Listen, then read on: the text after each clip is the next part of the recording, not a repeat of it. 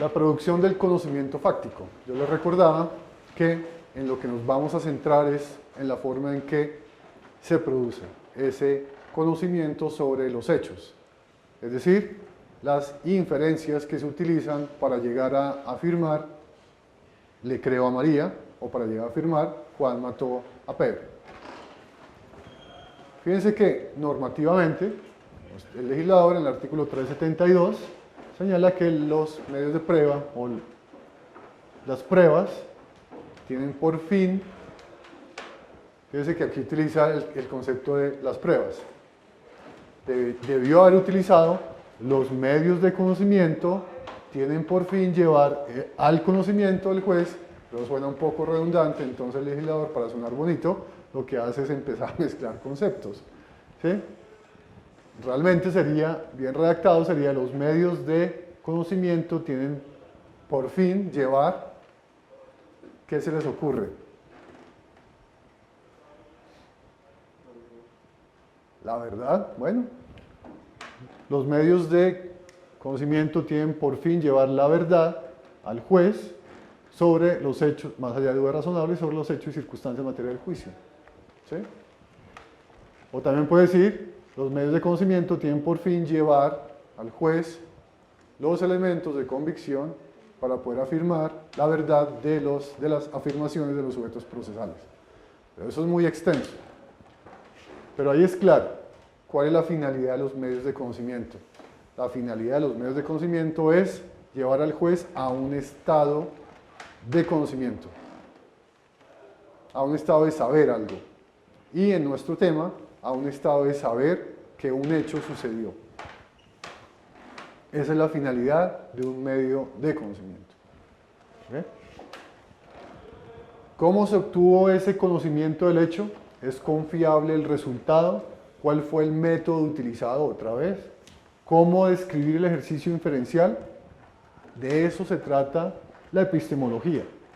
Esas son cuestiones o preguntas que se resuelven a través de la epistemología y que son resueltas por el operador, es decir, por el juez o por el sujeto procesal, por el fiscal o por la defensa que quieren llevar un hecho a que el juez lo conozca. ¿Sí? Un hecho que el juez lo conozca. Y sirven para justificar la decisión sobre los hechos. Justificar la decisión sobre los hechos se refiere a justificar, razonar, motivar la manera en que el juez obtuvo el hecho. Y todo eso debe estar, obviamente, plasmado en los argumentos que hacen parte de la motivación. Más arriba les expliqué qué es un argumento en general. ¿Okay? Son las afirmaciones sobre la forma en que se deducen las situaciones fácticas.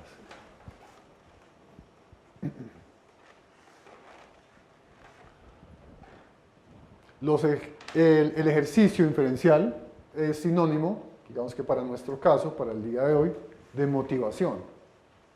Motivación, ejercicio inferencial, justificación, explicación, etc. Eventualmente los podemos utilizar como sinónimos.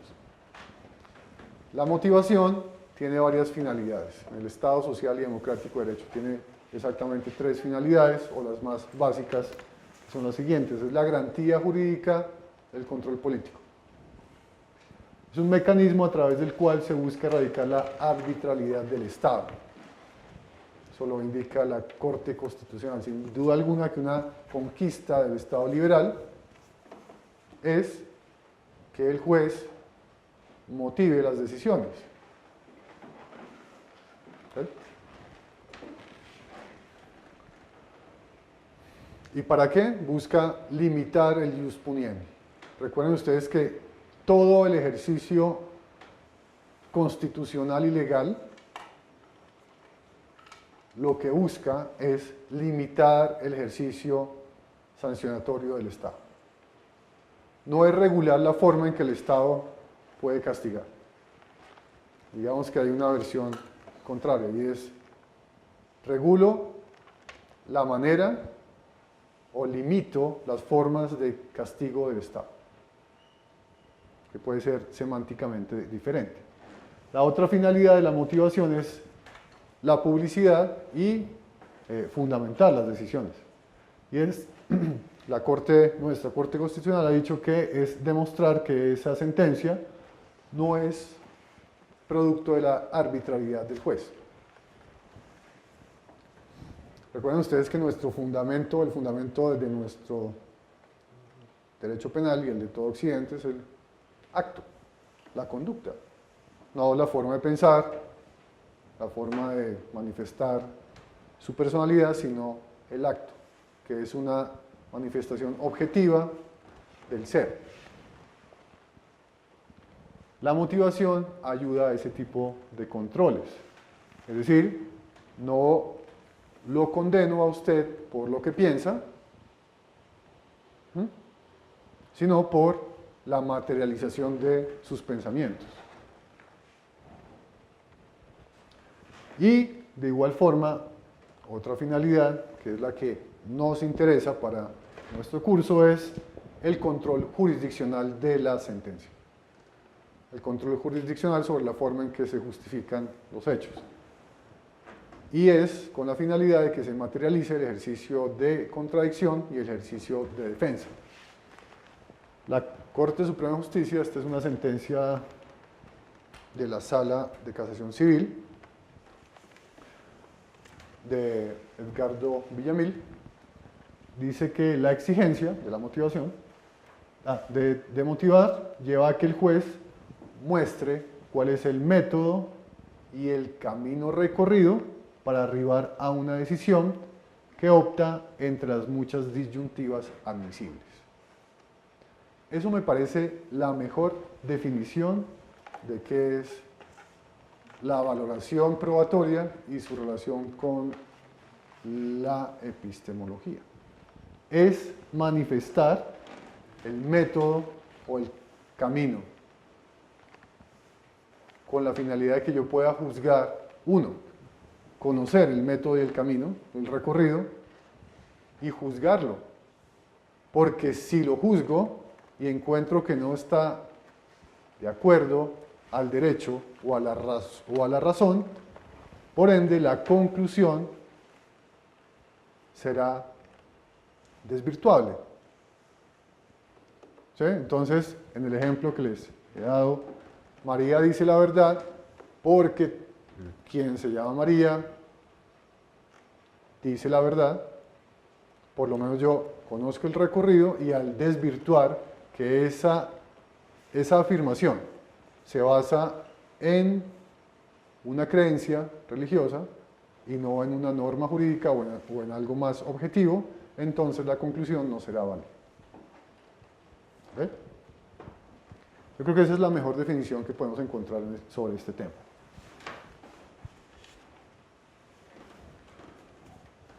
Ahí hay un concepto sobre lo que es motivar, es hacer explícitas las razones o argumentos, incluido el proceso de razonamiento, para deducir la existencia de la imputación fáctica y jurídica.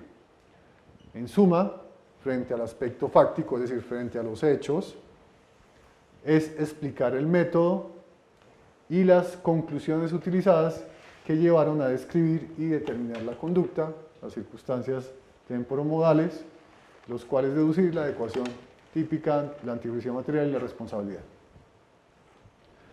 Recuerden ustedes que todas las categorías dogmáticas del delito se basan ¿en qué? En un comportamiento o en una circunstancia. Si ustedes no logran demostrar, si el juez no logra demostrar que ese hecho es así, digamos, un ejemplo, si ustedes le quieren llevar al juez el conocimiento o intentan demostrar la afirmación de que no existió lesividad, por ser un delito bagatela, por ejemplo, tienen que demostrar al juez que efectivamente no se causó un perjuicio real al bien jurídico tutelado. Y eso se demuestra a través de dos formas. O una afirmación genérica, que es lo que usualmente hacen nuestros litigantes y la que usualmente toman los jueces, o se puede hacer mediante una afirmación demostrada.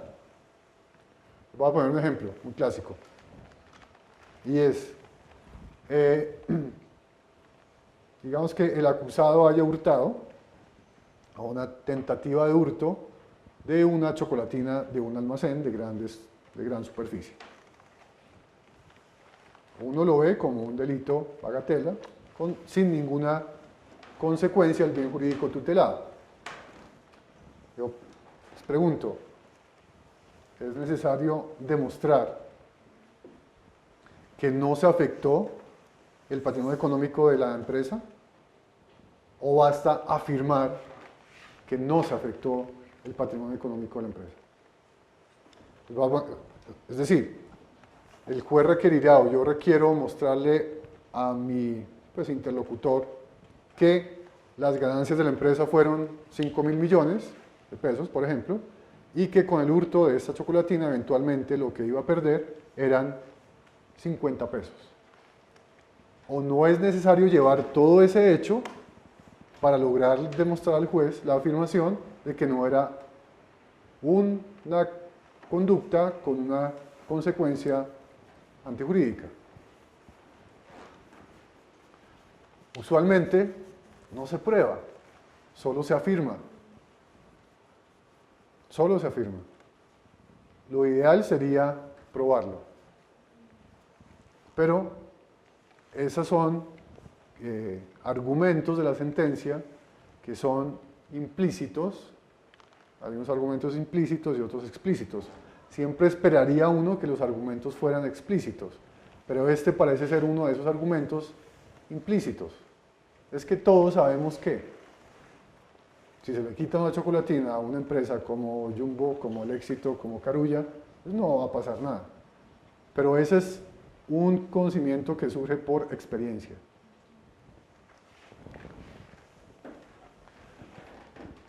Entonces, todos los elementos del delito y todas las categorías de dogmáticos hay que probarlos. En la culpabilidad o en la responsabilidad, digamos que se afirme que este señor que ingresó a hurtar el paquete de chocolatinas, digamos que superado la discusión sobre si existía o no antijuricidad en su conducta, pensemos que un juez diga que sí había antijuricidad, la defensa lo lleva al punto de la responsabilidad. ¿Sí? Pensemos que quiera mostrar un estado de necesidad. Entonces, me toca demostrar que el señor tenía hambre, eventualmente. Me toca mostrar que no tenía ningún otro método, otro medio para subsistir si no era ese. Es complejo, ¿no? O sea, ¿hasta dónde requiero toda esa justificación sobre los hechos? Todo un método probatorio para llevarle al juez ese dato. Lo ideal sería hacerlo, pero a veces no se hace y simplemente se deja como la experiencia indica que. La experiencia indica que si este señor hurtó esa chocolatina era porque no tenía otro medio, etc. Una sentencia correctamente motivada se pueden extraer no solo las conclusiones probatorias, es decir, los hechos probados, no solamente hay afirmaciones de los jueces sobre los hechos, es decir, le creo a María o Juan mató a Pedro, sino que, y sobre todo, una sentencia correctamente motivada, uno puede observar fácilmente el razonamiento deductivo o inductivo o cualquier otro que utilizó para llegar a la conclusión sobre la existencia del hecho. Eso sería una sentencia ideal.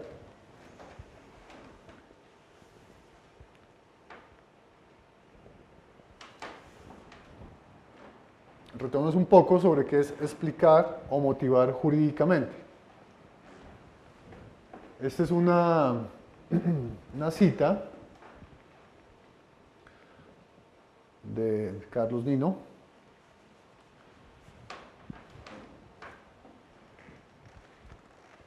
Digamos que puede decirse que toda afirmación se presume razonable, que se presuma razonable, debe estar obviamente presidida por móviles caracterizados por contextos psicológicos, sociales o políticos, morales, etc.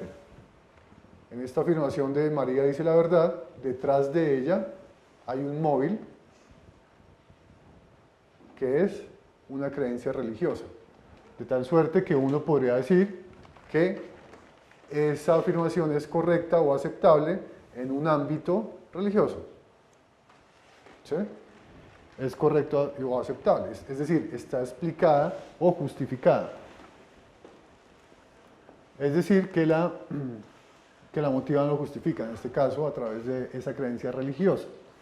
En ese orden, cuando se afirma que una decisión tiene sustento en las creencias religiosas o un criterio de conveniencia político, por ejemplo, de toda suerte se dice que está justificado o motivado. Entonces pensemos que hay un acto grave de corrupción, ¿sí? Y el argumento del juez es decir que el acto de corrupción existió porque efectivamente los medios de comunicación censuran gravemente el comportamiento de ese funcionario público corrupto.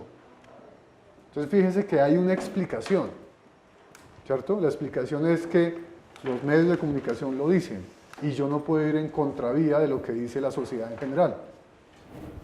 Entonces hay una motivación, en este caso, conveniencia política o eventualmente actuar como uno cree que puede actuar de forma correcta políticamente hablando. ¿Qué dice Nino? Dice, las razones explicatorias se identifican con los motivos. Las razones explicatorias se identifican con los motivos. Ellas están constituidas por estados mentales que son antecedentes causales de ciertas acciones. El caso central de razón explicatoria o motivo está dado por una combinación de justificación, de creencias y deseos. Las razones justificatorias o objetivas no sirven para entender por qué se realizó una acción o eventualmente para predecir la ejecución de una acción, sino para valorarla, para determinar si fue buena o mala. ¿Ven? Entonces, cuando se afirma que María dice la verdad porque es un personaje bíblico relevante, esa es una afirmación basada en una creencia. Pero realmente lo que estamos es valorando subjetivamente, ¿sí?, si es buena o mala la creencia, y si es buena, darle la connotación de verdad a la afirmación, y si es mala, darle la connotación de mentira a la afirmación. María dice la verdad, porque es María. En cambio, Judas dice mentiras, porque es Judas. Eso está basado a partir de una creencia. Pero en el fondo lo que estamos juzgando es María es buena, por ende dice la verdad, Judas es malo, por ende dice mentiras. Lo cual es, dentro de razonamientos lógicos, pues no tiene ninguna cabida.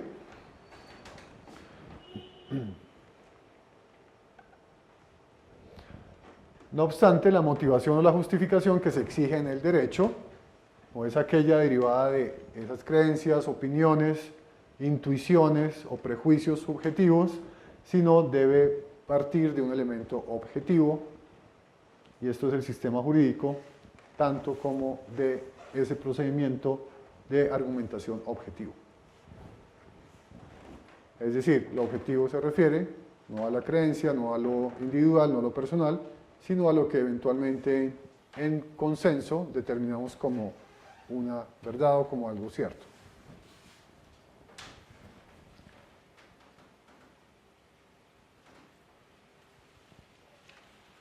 Bueno, para explicar esto hacemos un receso. Hay dos formas de motivar, digamos que la jurisprudencia, la doctrina, señalan que hay una motivación externa, una sentencia, y una motivación interna. Entonces, las conclusiones probatorias, y en general cualquier afirmación jurídica, tiene una motivación externa y una interna. La externa se refiere a esas reglas objetivas, esas reglas procesales, que nos llevan a determinar que lo concluido eventualmente puede ser cierto. En ese caso, se decretó, se practicó y se adujo la prueba, en este caso el testimonio o la prueba pues documental, y se concluye de ello que lo que dice la prueba es cierto. Entonces, Juan mató a Pedro porque así se deduce de los medios de prueba legalmente practicados. Ahí uno puede identificar situaciones de motivación externa. ¿Por qué? Porque la norma nos dice que uno motiva el hecho a través de los medios de conocimiento, los medios de prueba. Y lo más importante para nuestro estudio es la característica interna de la motivación.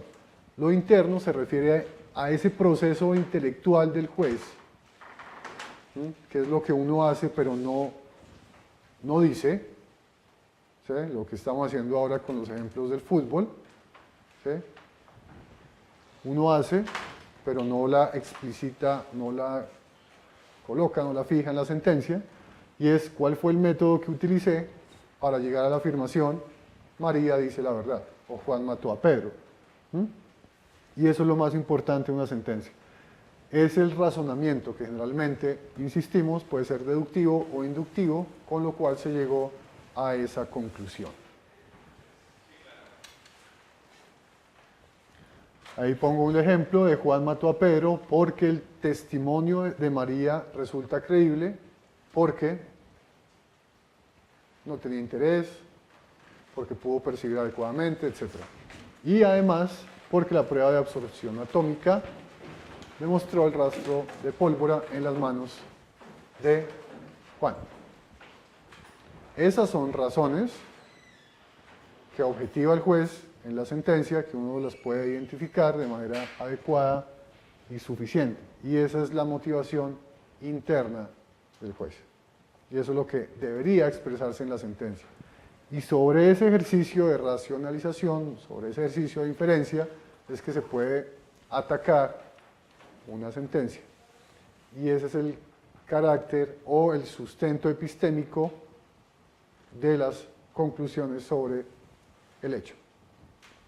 Entre más fuerte sea ese carácter epistémico, es decir, ese método utilizado, entre más estricto sea, la conclusión será más estructurada y más cierta. Digamos que en el siguiente acápite, en la siguiente parte, vamos a explicar uno a uno, ¿sí?, cómo se pueden utilizar o cuál es el grado de razonamiento utilizado, que debería utilizarse por un juez o por un fiscal o por un defensor en relación con cada medio de prueba. Entonces vamos a hacer un corte pequeño y ya seguimos.